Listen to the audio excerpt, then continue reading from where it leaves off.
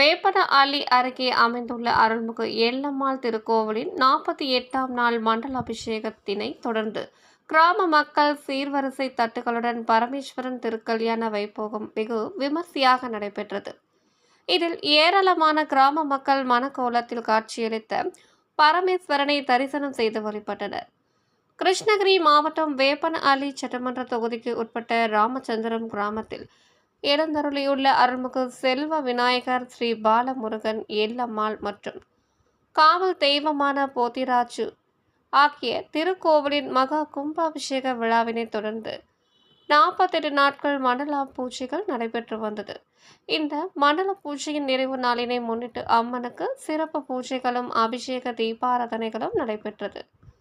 இதனைத் தொடர்ந்து திருக்கோவிலில் பரமேஸ்வரனுக்கும் பரமேஸ்வரி அம்மனுக்கும் திருக்கல்யாண வைபோகம் வெகு விமர்சையாக நடைபெற்றது.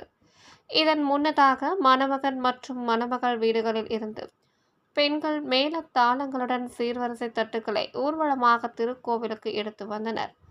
பின்னர் மணமக்கள் கோலத்தில் காட்சியளித்த பரமேஸ்வரனுக்கும் பரமேஸ்வரி தாயாருக்கும் மாலை மாற்றி திருமண சடங்குகள் புரோகிதர்கள் செய்தனர்.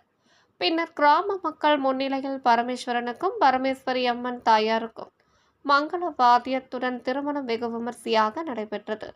இதனைத் தொடர்ந்து மனக்கோலத்தில் பக்தர்களுக்கு காட்சியளித்த பரமேஸ்வரன் மற்றும் பரமேஸ்வரி அம்மன் தாயாரை ஏராளமான மக்கள் தரிசனம் செய்து வழிபட்டனர்.